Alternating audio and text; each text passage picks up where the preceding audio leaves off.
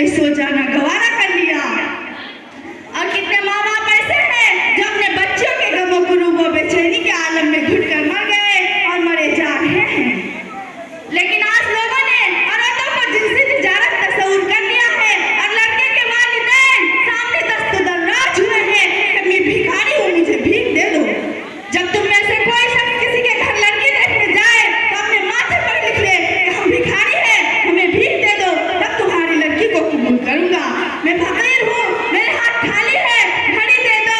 मैं नंगा हूँ, मुझे कपड़ा बनवाने की शिकस्त नहीं, जोड़ा दे दो।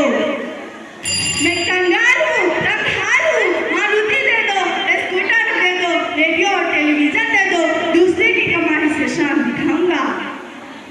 मोहतरम हजरात, आइए अब हम जहेज जैसी एक और नासूर की तरफ नजर डालते हैं जो हमारे शरीयत के बिल्कुल खिलाफ है। वो है शादीशुदा बहनों को मिरास में हिस्सा ना देना, क्योंकि भाई अपनी बहन की शादी में जो माल और दौलत खर्च कर चुके होते हैं, जिसकी वजह से वो अपनी बहन को मिरास से महरूम कर देते हैं, लेकिन गैर शादीशुदा बहनों को मिरास में हिस्सा दे देते हैं। और भाई ये मुतालिबा करते हैं कि माँ बाप ने तुम्हारी शादी में जो माल और दौलत खर्च किया, उससे तुम्हारे जहेज का मुतालिबा, उससे तुम्हारे मिरास का हक अदा हो गया है।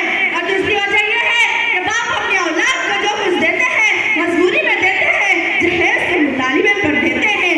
और जहेज का भी देना किताब और सुन्नत की रोशनी में सही और दुरुस्त नहीं है और इसका मिरास से भी कोई ताल्लुक नहीं है। मगर अब आखिर अल्लाह रब्बुल आलमीन से दुआ करूं, या बारे अल्लाह तो हमारे उम्मत मुस्लिमा को सही समझ अता फरमा और नबी सल्लल्लाहु अलैहि वसल्लम की बताए हुए तरीकों पर अमल करने की तौफीक अता फरमा। आमीन। अस्सलाम वालेकुम व रहमतुल्लाहि व बरकातहू।